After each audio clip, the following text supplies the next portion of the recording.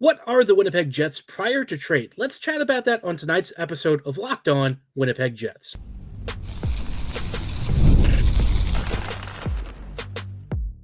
You're Locked On the Hockey Jets, your daily podcast on the Winnipeg Jets, part of the Locked On Podcast Network, your team every day. Hey friends, and welcome to tonight's episode of Locked On Winnipeg Jets, part of the Locked On Podcast Network, your team every day. I'm your host, Harrison Lee, an avid Winnipeg Jets fan and an online blogger.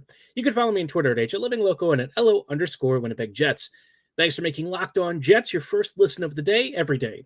If you like what you're hearing, be sure to like, follow, and subscribe on all of your favorite podcasting platforms and YouTube. Doing so, of course, is always free of charge and ensures you never miss another episode.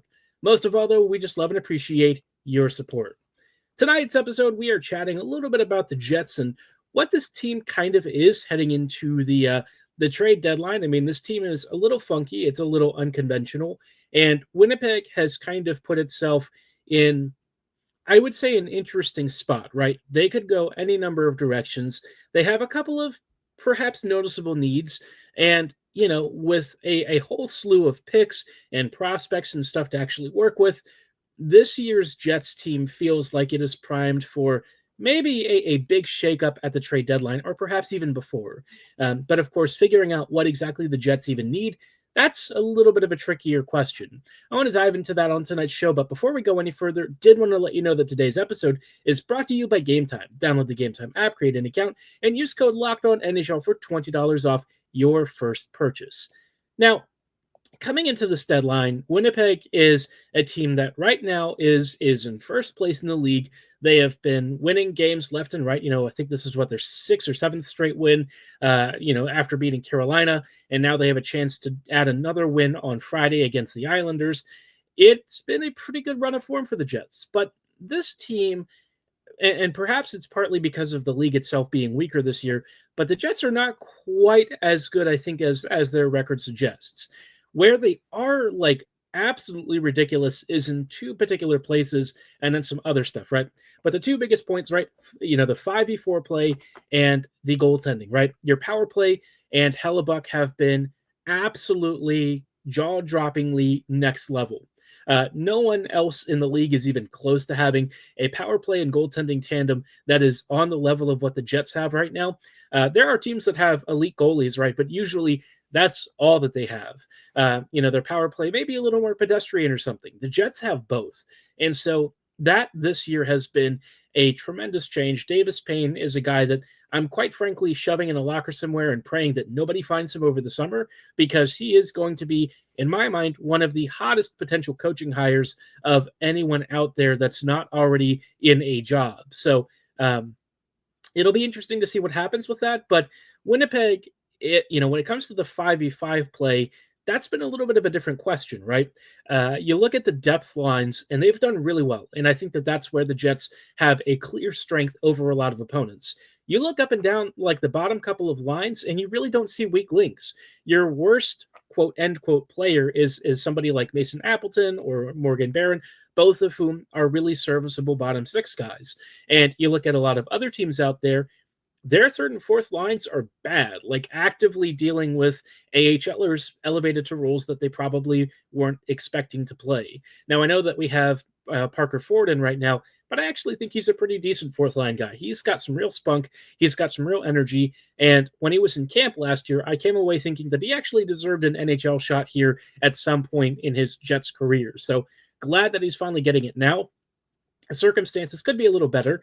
Barron, of course, is out for a while, but Ford seems to be, having a pretty good time, and that's maybe the most important part. But when it comes to where you're looking elsewhere, right, for the 5v5 production, the second line has started to pull it together. The combination of Ehlers, Perfetti, and Nemesnikov has been cooking a lot more lately. Vlad himself looks better, and maybe it was just because he was injured, but I would also say that Ehlers and Perfetti may be changing how they're playing together. It seems like they're starting to adjust how they're attacking the slot area, and that has had more impact on, Perfetti finding Ehlers for some better net drives and scoring chances right down the middle. So that's a positive change. But the top line has kind of been a little hot and cold. Hot against bad teams or slow teams, a little cold when you start facing better competition. I don't want to say that the top line has really been bad this year because I don't think that that's true. Last year it was. This year, I think that they're a little more break even. Break even isn't always the worst if you're finishing a lot, but I think we want to see them finish more, at even strength against good opponents. A lot of times they're only doing this kind of stuff more on the power play, which, hey, being a lead on the power play is no thing to sniff at. I mean, that's a really important skill, especially for this Jets team. But I think, coming into the trade deadline, the Jets need to find a way to add some more tertiary 5v5 scoring. With originally, the perspective being that the Jets needed a 2C, Lowry might actually be able to do this job once he gets back.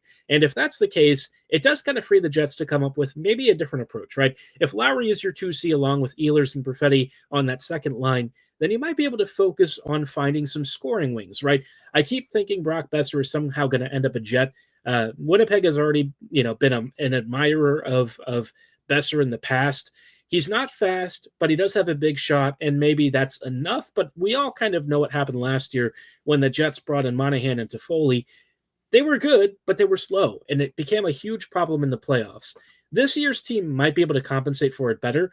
I don't know that I want to make that the continued profile of players that we're bringing in.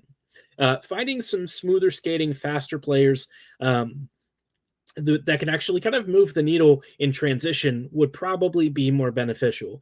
I'm not saying that you have to go out and get, Kuparis or whatever. I think you want a little more offensive finishing talent there, but like a Nelson could actually really help. He does play center, and he would be probably the 2C for the Jets in this case. But, maybe there's been some, jokes about Marchand maybe coming to Winnipeg. Would he wave and actually want to come here? Maybe. I don't know. He's had a really storied career in Boston, and I kind of see him retiring there. But maybe a player sort of in that vein, right? A guy who's an experienced veteran winger with a lot of skill, who maybe plays a pesky style, could be somebody that the Jets have an interest in. But the other thing with Marchand is that he's also just really productive. He's got a great shot. He's always been one to know where to be around the faceoff circles. That could be a big boost for him. And really a boost for this Jets team that's looking for probably somebody to maybe improve the second or third line. I don't quite know how the Jets look at their middle six, but I would say the third line's probably the one that could use the most finishing help. The second line, I think, is starting to put it together. Less concerned about that. The third line might be the one where you want to find a scoring wing to add that just extra layer of punch. There's some interesting stuff there. We'll just kind of have to wait and see how Chevy approaches this. I don't think we'll see him move all that soon, but maybe if the right deal pops up, he gets a little more aggressive and tries to jump the rest of the market. But, a lot of teams are already making deals.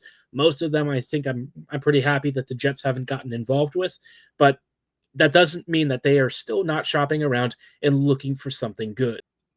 Now, pending the scale of the move, maybe the Jets, trying to acquire a defender, maybe a big center or a winger, could potentially involve some Jets prospects. Probably not of the bigger caliber guys, but, if the right deal comes along and there's somebody that really moves the needle for the Jets, maybe they go all in. I think that this is a year where if you are cashing in your chips, it's probably not the worst to try it. But speaking of Jets prospects, let's chat about how some of our top names have been faring the past couple of weeks. There's been some interesting ones, some guys who are starting to find their form, a couple of guys who are still kind of scuffling a little bit.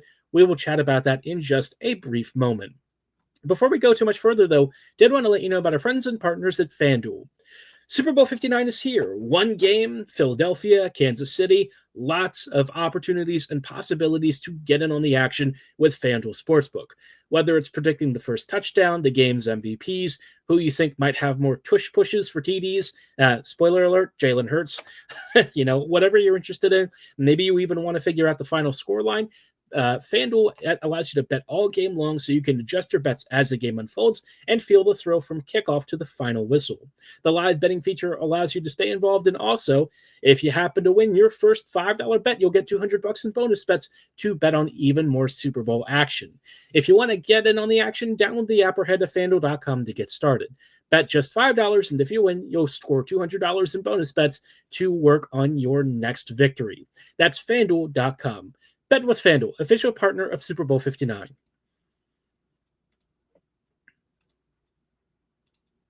Hey, friends, and welcome back to this episode of Locked On Winnipeg Jets, part of the Locked On Podcast Network, your team every day. Every day, thank you so much for rejoining us on tonight's episode as we are chatting a little bit about some of the pre-trade deadline stuff. And obviously, Winnipeg may have to perhaps move a couple of assets. I don't quite know how they're going to handle this.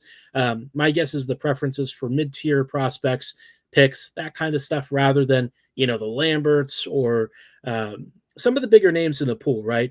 But, let's start off with one guy that I think actually could be on the block. That is Colby Barlow. And Barlow has been finding his form recently. He's up to about a point per game pace now with Oshawa. Not really having the most prolific season this year, compared to last season. It does seem like Barlow's maybe taken a step back. And the thing with Colby that I've always felt was that aside from a huge shot, I feel like there's just not enough, high-end technique in his game to where I project him beyond a bottom or a middle six role. I could very much be wrong about that, but I feel like in terms of, the extra layer of stick handling or elite playmaking talent and stuff, it's just not quite there for me. And maybe, that's something that he's working on. Maybe it'll become a bigger part of his game later on. But, he's pretty physically mature. He's at the age where I think at this point you probably want him to take a step forward, and it's been more of a step backwards this year. So of the guys that I think could potentially be moved, Barlow is probably one of the bigger prospects that I think is potentially on the block. Now, one of the guys the Jets just acquired, Braden Yeager, has generally been having a much better season. With Lethbridge and Moose Jaw, he's combined for a fair few points, 51 points so far in about 35 games, and I'm sure that things are probably feeling pretty good.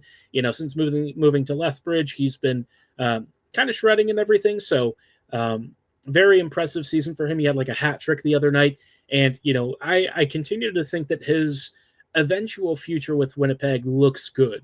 I don't quite know how projectable some of his hockey IQ and decision making is necessarily. When we saw him with the Jets in camp, he looked mature, right? A smart player, good passes, didn't try to do anything too crazy, kept it straightforward, had some real good defensive acumen, kind of in some ways like a Cole Perfetti, but more in the Lowry vein than, the elite crazy playmaking skill, but he's got an elite release. And so there could be some real fun there with him. I would like to see him once he is eligible to make the jump. I think after this season should be a good opportunity for him to come to the Moose next year. Manitoba, we all know, could probably really use his scoring touch and really just offensive acumen. But I also sort of wonder if he actually just goes straight to the Jets next year. He might kind of win a spot out of preseason and camp. And with the Jets potentially having a couple of different departures and stuff, I sort of wonder if maybe he earns an NHL spot out of camp. It didn't happen with our rookies this year, so I'm not really banking on it. But given that the Jets have always been after a 2C, they're trying to find somebody on the market, most likely this year. Maybe he actually kind of worms his way in. Curious to know how that'll all play out, but I guess we will find out soon enough. Kieran Walton, though, is probably the name that you want to hear about. Kieran has been on an unholy tear in the OHL. Sudbury probably has to be counting their lucky stars that he kind of went from being a guy who was big and talented to somebody who has really applied himself, who is just extremely invested on every offensive shift and has just been an unholy, uncontainable menace. Last year he had 43 points in 65 games. He's kind of reversed those numbers this year. 72 points in just 47 games. He is one of the top scorers in the OHL, really just one of the top scorers in junior period, and has been almost unstoppable. He has a unique mixture of size and natural skill and playmaking ability with really slick stick handling. The only thing with him that could hold him back is just the skating, right? It's still not at like an elite pro level yet. So at the age of 18, we still got plenty of development. I did hear something interesting from Will Scouch about him that Will kind of thinks he might be more of a winger, but Scouching, has tons of great reports. You can find out a little more from some of his thoughts on Walton from a couple months ago on his YouTube channel. Very much recommend it. But Will has kind of thought that, center may not be the exact position where he makes his bread and butter. And if you think about a 6'6" winger bearing down on you from the left side with an elite release and soft playmaking hands, and at least up there skating, enough to get him up and down the ice, that has to be utterly terrifying for opponents. He's not afraid to work the balls, and he might not be like the most physically engaged guy, but he is super skilled. So very excited for Walton. He is definitely one of our fastest risers in the pool, paired right there with Kevin He. His scoring pace has kind of slowed down a bit with Niagara. Instead of putting up like 2 points per game, he's now around 1.2, 1.3 points per game. 55 and 43 for Niagara. He's been doing really well since taking over the captaincy. On pace for a pretty solid season. I think, he's most likely sort of in that middle six tier, maybe a really good third liner, perhaps a second liner. I don't want to, write him off at all because I think he's very fun. He's got a relentless motor, and that release of his is pretty scary. So he's got a lot of interesting tools to work with, and his rapid growth this year suggests that, he's on the bigger and better things in the coming seasons. So next year, one more junior season, then hopefully he'll make the jump to the Moose. I am very interested to see what he does. He's only 18. He continues to add, physical strength and maturity to his game. He's become a natural leader wearing the captaincy now. And it just, when we talked with him earlier this year, and we'll get a chance towards the end of the season to chat with him again, but that interview in, what was it, October, he came off really composed. He came off as the kind of guy who I think is going to be a really big fan favorite for the Jets. So very excited for him, hoping that he continues to find that great offensive touch. And, that offensive motor of his has not stopped. Elsewhere, Jacob Julian is a guy that I think a lot of us were hoping for a bigger year from. It has not gone according to plan with the London Knights. I don't quite know why he's taken a step back this year. You look at the team's scoring, and Julian's not terrible, but he's like half the scoring rate of some of his teammates, like, Sam Dickinson and Barkley and a few others. So I don't know if it's a role change for him. Maybe he's just struggling to finish some of the chances he's creating. I haven't been able to watch him much recently, so it's a little bit of a strange situation. You don't often see a guy like Julian take this big of a step back after such a big season last year. He is pacing for like not even close to anywhere near his last season's record. He had 78 points in 67 games last season. He's on track for like 49 in 67, which is really not ideal. The thing with him, though, is that I still think he's going to be a good pro player. When he was in camp, he just looked very defensively sound. He looked like a mature two-way player, and he might be a really good fourth liner. So I'm not as worried about the projection part, but I do kind of worry that maybe the offensive side of his game that was really apparent last year has kind of faded away. So something to keep an eye on, but I do think he is going to be some form of a Jets pro. I just don't quite know what his ceiling is at this rate. Speaking of guys who are potential Jets pros, Brad Lambert and Chaz Lucius have been trying to make things happen with the Moose. It's not been going well. Manitoba's offense is just, I would say it's actually more offensive than anything. Lambert, I know that he's got only 16 points in 30 games, but the top scorer, which is Nikita Chibrikov, has 18 and is currently done for the season. So that probably gives you some idea of what's been happening with the Moose. They just do not score goals. It is bad, man. It is so bad. I don't think I've seen a Moose team this bad at creating offense in a very long time. And unfortunately, despite playing a stronger defensive game, it's not really been easy for them to keep the puck out of the net. But DiVincentis has been pretty decent in the first couple of games that he's played for the Moose. He's had 7 games already, almost a 920, which compared with Kakinen, who's got an 880, and Milic, who has an 870. Already, you're seeing a pretty big improvement. DiVincentis seems to be Winnipeg's top goalie prospect right now, so that's great. Unfortunately, the Moose just can't score, so it doesn't really matter. I mean, defense, they always joke that it wins championships, but you actually do have to score goals, and so Manitoba might want to find some scoring depth from somewhere in some sort of AHL deal. I'm not going to read too much in Lambert's numbers right now, just because I think what's happening with the Moose offense in general is not necessarily something that is, a thing he can control. Jarrett Anderson Dolan was brought in to be a big scorer. He has 7 points in nearly 30 games. So, yeah, not great.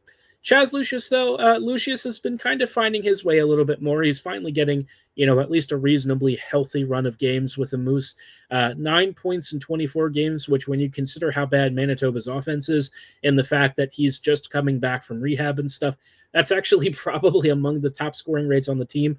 More recently, not so towards the start, but he, I think, is one of those sleeper picks, right? A guy that I just continue to have an interest in.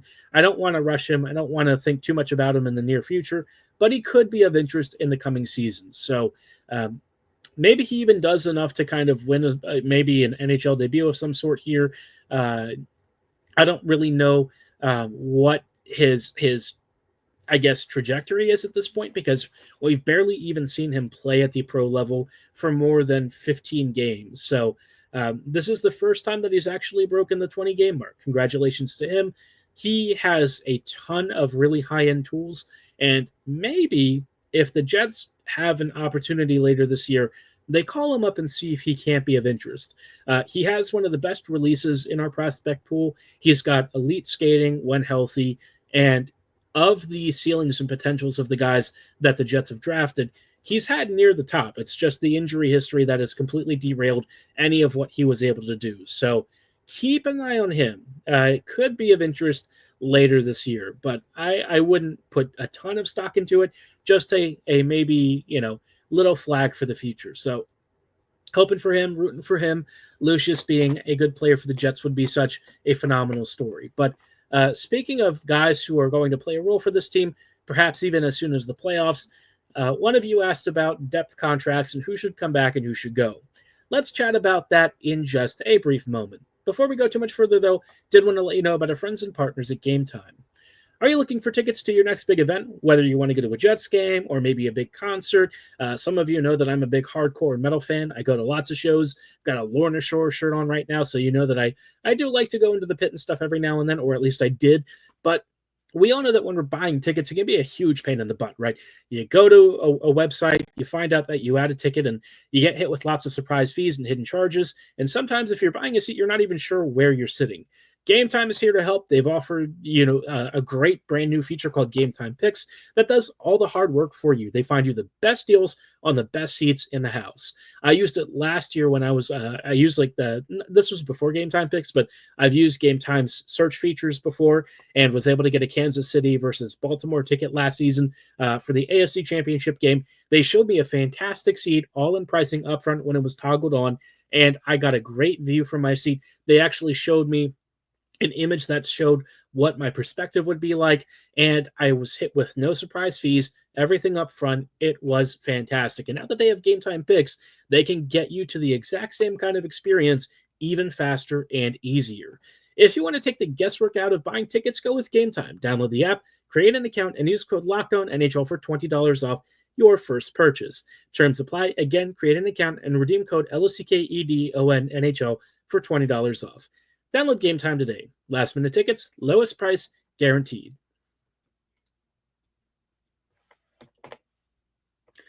Hey friends, and welcome back to this episode of Locked On Winnipeg Jets, part of the Locked On Podcast Network, your team every day. Every day, thank you so much for rejoining us on tonight's episode as we're just wrapping up a little bit with some thoughts on some depth contracts and what the Jets might do with their bottom six. I think it's a bigger question for a couple of players than some of the other ones, but let's start off with Vlad Nemesnikov. In my mind, I like Nemesnikov. I think that he's been a really good workhorse for this team. I think it's probably time to let him go, though.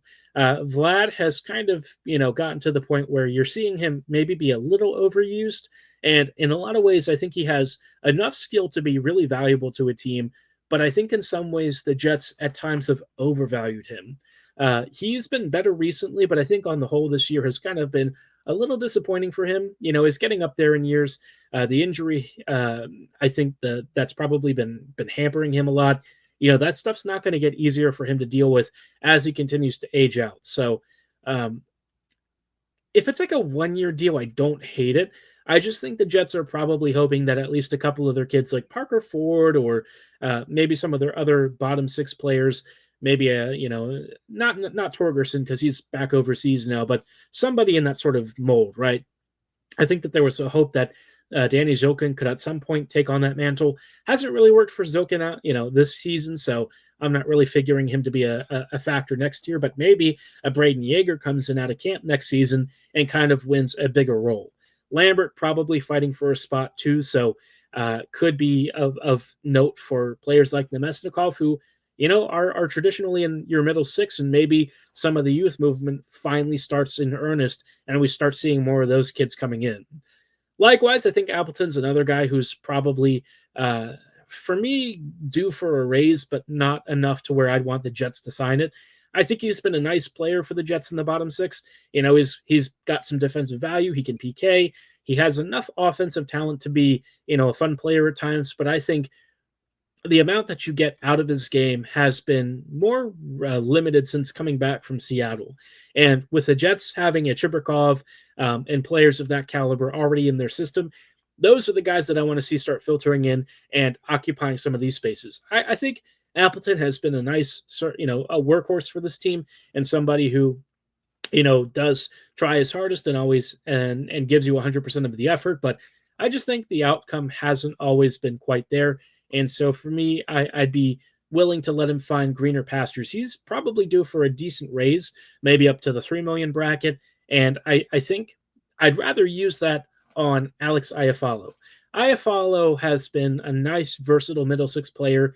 I don't love his current contract at $4 million, but at like $3 million, it's a lot more doable. And that's about where his current projections are slated for. So if he wants to come back for like 2 or 3 years at around $3 million, I would 100% do that. I think he's very good for that kind of cash, not for $4 million, but for $3 million. The PK work, the offensive skill that he's occasionally shown, his ability to be a supplementary asset on the second power play unit, him, being a nice defensive stalwart at 5v5.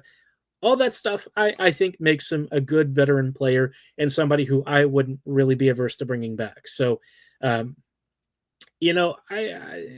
was kind of on the fence with Iafallo before earlier this season when I thought he might be traded just because the cap hit is not small. And with the Jets kind of needing to make some bigger decisions, maybe he'd be traded at some point. But I think he's proven enough to where I'd like to keep him through the next couple of months. And hopefully they can come to an agreement towards the end of the season to where he can return on a cheap deal. Morgan Barron, like if they re-sign him, sure, fine. He's one of those guys who took a step back from me this season. He's been better the past month or so, but on the whole, his game and sort of the offensive talent that I thought he showed last year hasn't really been a factor. So I don't really care either way, but if he comes back, sure. The same can probably be said for Kupari. I think Kupari's valuable in sort of a RPG kind of way, right? You fire and forget. He's got a lot of straight line speed. He may not have like high-end playmaking ability or talent there, but he's got enough tools to be just a fun skater, a guy who, if you put him on your fourth line role, he'll just kind of go in a straight line, hit some guys, occasionally crash the net, maybe create some chaos. And his game this year has grown a lot from last season. So, I think for him, coming back would be a no-brainer. I really think, the Jets like him. I think he has nice value in your bottom six, and that speed and skating of his actually lets him create some real opportunities. If he ever starts to finish a little more of the chances he creates, it's just all the better. So, Coops, yeah, sure, why not? Bring him back. I think he makes sense. I think he fits the Jets timeline, and, he's not going to be that expensive. So, curious to know which of these guys you're into. Who are you not as in love with? Drop your favorite or least favorite bottom sixers below, or at my social medias at HLivingLoco and at LO_Winnipeg Jets. For tonight's episode, though, that is going to be all the time that we have. I thank you so much for listening and making Locked On Jets your first listen of the day, every day. We'll see you back here tomorrow with coverage ahead of Winnipeg versus New York. But for tonight's show, that's it. Thanks for listening. Have a great night. And as always, go Jets go.